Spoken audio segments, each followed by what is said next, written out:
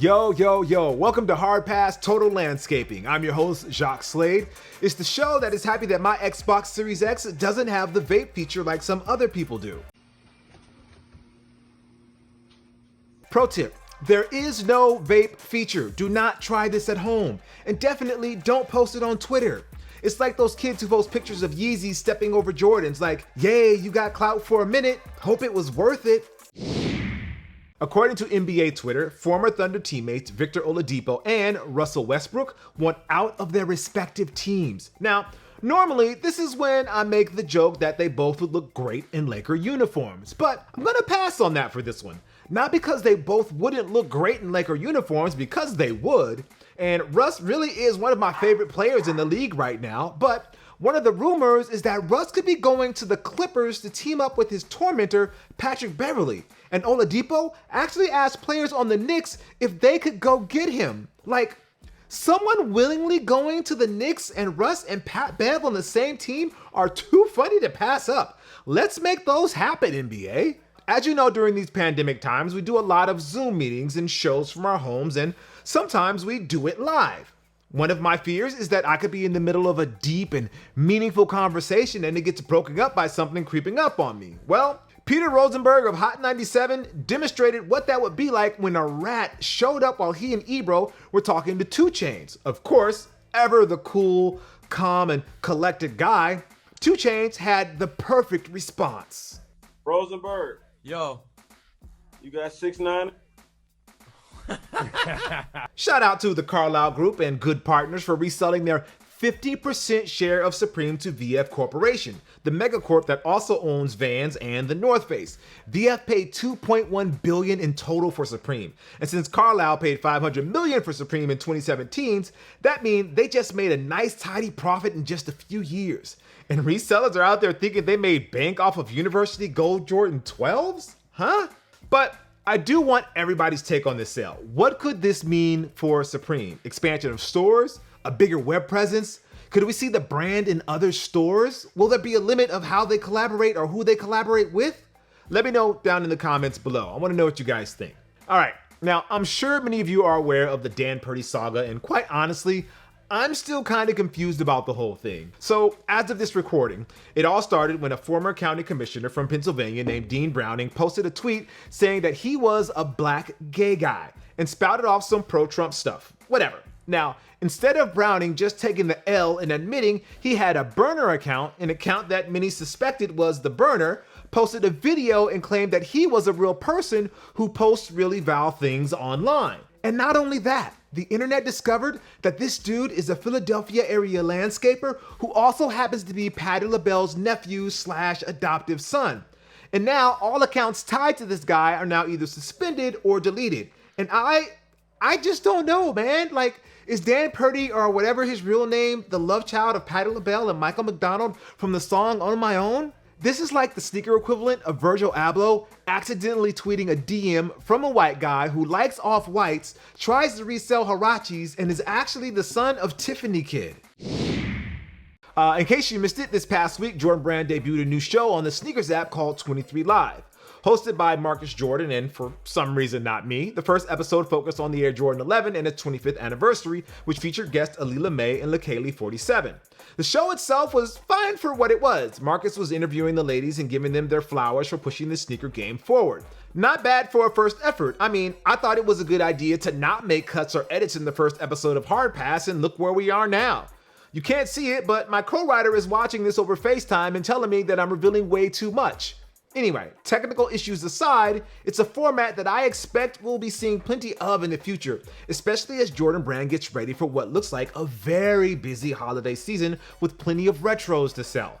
I'm already curious to see who Marcus and Jordan Brand have lined up next for guests on 23 Live. Considering they have such a deep roster of athletes, celebrities, and influencers who can really bring the heat. Like, they can do a show with Chris Paul and Maya Moore, or Carmelo Anthony and Randy Moss, or Spike Lee and DJ Khaled. It could just be a half hour of them showing off pairs that we've never seen before, and I would be entertained. Sure, some people would probably be hating on it and complaining it's just shoes they'll never have, but not for me. Sign me up for aspirational sneaker battles, like say the one PJ Tucker and DeMar DeRozan were talking about having. Come on, guys. I'm not letting this go. Anyways, prior to the show, we got a shock drop of the Jubilee Air Jordan 11, which is this year's holiday Air Jordan 11 release, and the surprising reveal of the Air Jordan 11 Adapt. It's the first time the Adapt technology that was found on the Air Mag and the Adapt BB has made it onto a Jordan shoe. To the surprise of absolutely nobody, I took an L on the Jubilee drop because the sneaker gods have the same personality as my co-writer and thus lives to troll me at every opportunity they get.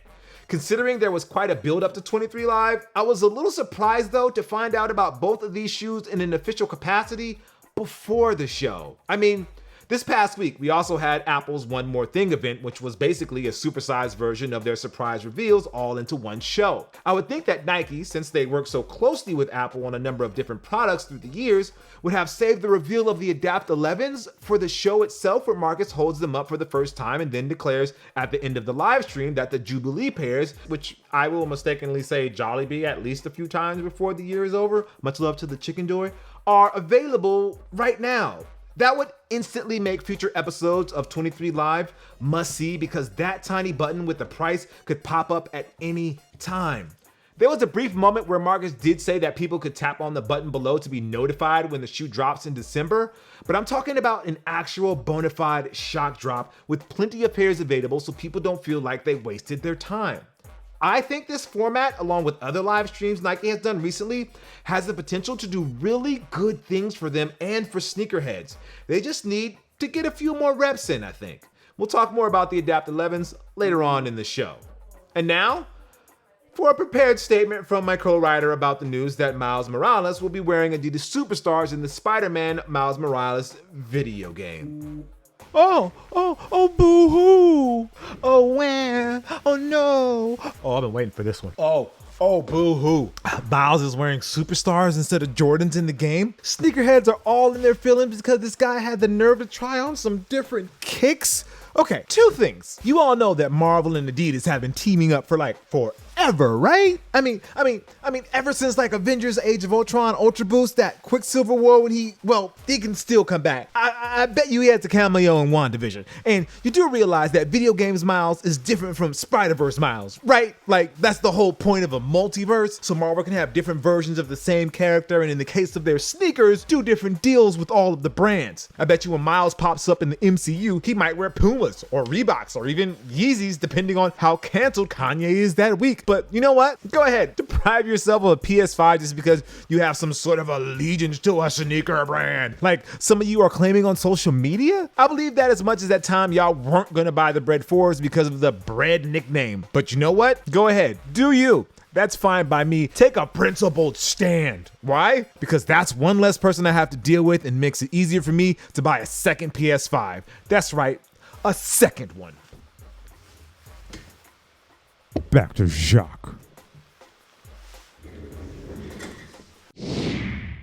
All right, it's time for the heat check, where we break down the week's hottest releases in sneakers, tech, and gaming. We are expanding the brand, and not because this week's sneaker releases are weak or anything like that. No, not at all. First up, we have the Air Jordan 1 Mid Homecoming. These drop on November 18th for $130. It's an homage to college homecomings and school jackets, in particular those from HBCUs. This women's exclusive pair might be the best pair of mids since the last year's Blue the Great collab. Then we have the Nike Dunk Low Ceramic. These drop on the 19th for $100. Following the Plum release, this once Japan exclusive pair of Dunks is getting ready to be introduced to a whole new audience that's going to wonder whether or not they have a fit to match these, or if they're just gonna resell them. This feels like it would have been a great pair to rock during Halloween though. Then we have the Pharrell and Adidas NMD HU in black. These are on the 19th for $220. It's a return to the basics. This almost all black rendering of the original NMD Human Race comes with white laces for contrast. I do hope it comes with alternate all black laces just to kind of complete that whole look. Then we have the Hot Ones and Reebok Shacknosis, aka The Hot, on November 19th for $160. It's a collab with the popular show that I'm still waiting for my invite to, Sean. The Shacknosis takes on the colors of the Hot Ones logo and the levels of spicy. Sadly, it doesn't have a picture of the iconic face Shaq makes on the show. Then we have the Google Pixel 4a 5G. These are on the 19th. The Pixel 4a was a hit with tech reviewers when it came out earlier this year, and now we're getting the 5G version, so your internet is about to get real fast, provided you're in an area that actually does 5G. And the Pixel's photo capabilities make this a top-notch phone, so it's not a bad deal with an unlocked 128GB model going for $499. Then we have the Hyrule Warriors Age of Calamity. This is on the 20th for $60. It's a sequel to both the Hyrule Warriors and Breath of the Wild, this hack and slasher. It takes us back 100 years before the events of the award-winning Nintendo Switch launch title. I get that this is an entirely different style of game, but I swear if I see another green circle when I climb something, it's not gonna be a good day, Nintendo. Then we have the Nike Air Penny 3. These are on the 20th for $150. So to recap, Nike has already brought back the Air Penny 1 Orlando and the OG colorways of the Air Penny 2, Air Penny 4, Air Foamposite, Air Penny 5, and now the Air Penny 3. And yet, they still refuse to bring back the home white and royal colorway of the Nike Air Penny 1? Okay, even now I'm convinced they're trolling my co-writer. Then we have the Concepts and Nike SB Dunk High Mallard. These are on the 21st for $120. Yeah, they're really calling this the SB Dunk High. Based on the male Mallard duck, the colors and textured upper is giving me Duck Hunt vibes. Only thing missing is the dog and the zapper. And then my pick of the week is the Adidas Superstar Miles Morales. These are on the 19th for $90. Oh, look, we've got another prepared statement from my co-writer. Yeah, that's our pick of the week. And by the way, the water I'm drinking from this bottle is from your tears, sneakerheads. Oh, cry more about it on Twitter. To quote that Dwayne Wade gif, I love it.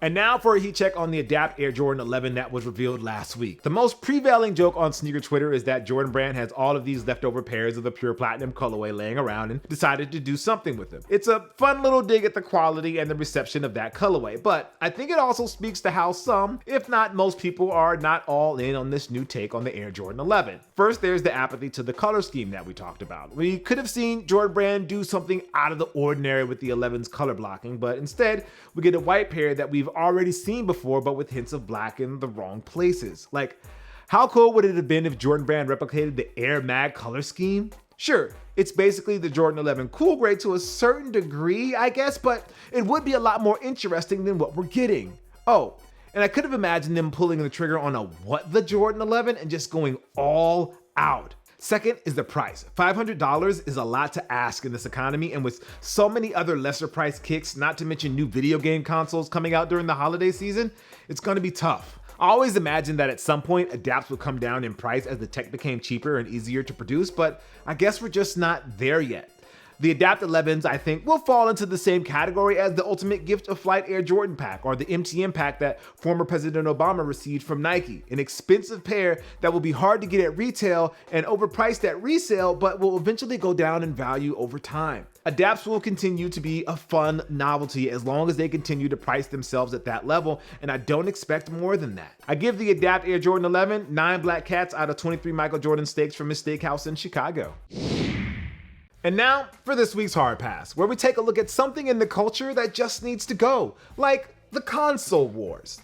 It's 2020, and we're still picking sides for some dumbass reason, people. Like, haven't we learned anything from the past 30 years in video games and in the past 4 years in real life that nothing ever gets resolved and nothing ever gets better when we bunker down with our respective tribes? This past week, we got the Xbox Series X and S and the PlayStation 5. I would also like to shout out Nintendo for thinking it was a good idea to release their limited edition Super Mario Bros. Game & Watch on the same week. I guess they just had to remind everybody that they live in their own world, low-key make more money than everybody else, and really do whatever they want. Anyway, the next generation has been a long time coming, and fans have been itching to get their hands on these consoles. Of course, this has also led to opportunistic resellers who aren't seeing the same profit margins on Yeezy's and Zion Williamson's rookie cards to jump on the bandwagon and buy up the consoles to make a quick buck. Just buy Supreme at wholesale for $3 billion next time and leave us alone, fellas. This practice has been going on for years, and we've covered it before here on Hard Pass, so there's no need to rehash it, but I will say that you're not really missing out on anything at launch other than a picture of the Xbox you can post on social media. Sure, it was cool like a month ago when we had the Series X for review, but now it just seems excessive. And yes, I realize how much those last few sentences made me sound like an elitist wet blanket, but it is true. You can and probably should wait to buy a Series X or a PS5. There's no must-have game that you can't already play on your current consoles, and if you don't have a 4K TV and an OLED screen that does 120 Hz, you're not even getting the full experience. But what I really want to talk about this week is the reemergence of the loyal fanboy. I guess it was just wishful thinking on my part to hope that they would go away as gamers grew up and matured, but my hope was that I could get through a console launch without hearing somebody talking about how the Xbox is for the real manly gamers or how PlayStation is for the real manly gamers. There are a lot of insecure cats out here really showing their ass, man. Like, who talks like that in real life? Well, it turns out there are people like Blockboy JB, a guy who was featured on a Drake song once. The story goes, as he was getting his Xbox at a GameStop, Blockboy got into an argument with fans about the new consoles and called the PlayStation a word I honestly haven't heard in over a decade. Gay station. Like, huh? Are people still using names and descriptors for people in the LGBTQ community as pejoratives? That's just sad and disappointing and really something that people need to move away from. We are all better than that. And then Blockboy goes on to declare that Xbox is for the streets. Really? Xbox is for the streets? Since when? You guys know that once upon a time, Bill Gates was selling this thing and calling Fusion Frenzy his favorite game? Bill Gates is a lot of things. Streets ain't one of them. Xbox wants to be your gaming Netflix with Game Pass Ultimate. Dude, I don't think there's anything street about Game Pass and chill. And then it gets worse. When you go into the comments and you've got Blockboy's fans picking sides and declaring superiority because they identify with the video game console, it just makes my head hurt. It's annoying when I see it in sneakers with all of the Nike loyalists and Yeezy stans who never want anything that isn't their brand of choice, but there's a weird symbiotic relationship in video games that sometimes borders on dangerous and harmful. And that mindset needs to change. Look, there's never been a better time to play video games because developers are now making games that cater to audiences of all types. It's far from perfect, and devs still make mistakes when it comes to representation, but those games are making their way to both Xbox and the PlayStation 5. While they might use different chipsets and call their tech different code names, these two consoles have never been more similar than they are right now. Yeah, in the past there were some noticeable visual differences between Madden or NBA 2K on the PlayStation and on the Xbox, and there was a real battle for exclusives and who got what game first, and yes, there are going to be exclusives in this generation too, and you'll have to make a choice at some point. Personally, my choice is to just get both. That way you won't be like Blockboy or the trolls on social media who want to make you feel lesser than just because you didn't choose their side. And if you can't afford to get both, you really shouldn't be out here judging others for their choice. Maybe wait until the price drops or when they release the Xbox Series XS and the PlayStation 5 Plus. That's the real street move, or whatever makes me look tough out here or whatnot. I don't know. I'm just gonna be here at home playing on my Series X and hoping I can catch one of the PS5s whenever they restock again. Not to mention these Travis Scott PlayStation Dunks if they ever drop, which they haven't as of the recording of this video. All right, that's gonna do it for the show. Thank you guys for watching Hard Pass Total Landscaping. I'm Jacques Slade, and I'll see you next week, but not before we share this video of the late Alex Trebek doing the least thankful part of his job, shilling for a phone version of Jeopardy. So keep watching Jeopardy 24 hours a day and call this number. You dumb son of you don't watch it 24 hours a day. $1,000 and no shit. Come. Yeah, I'd be annoyed too if I had to do that. Rest in peace, Alex. I'll see you guys next week. Peace.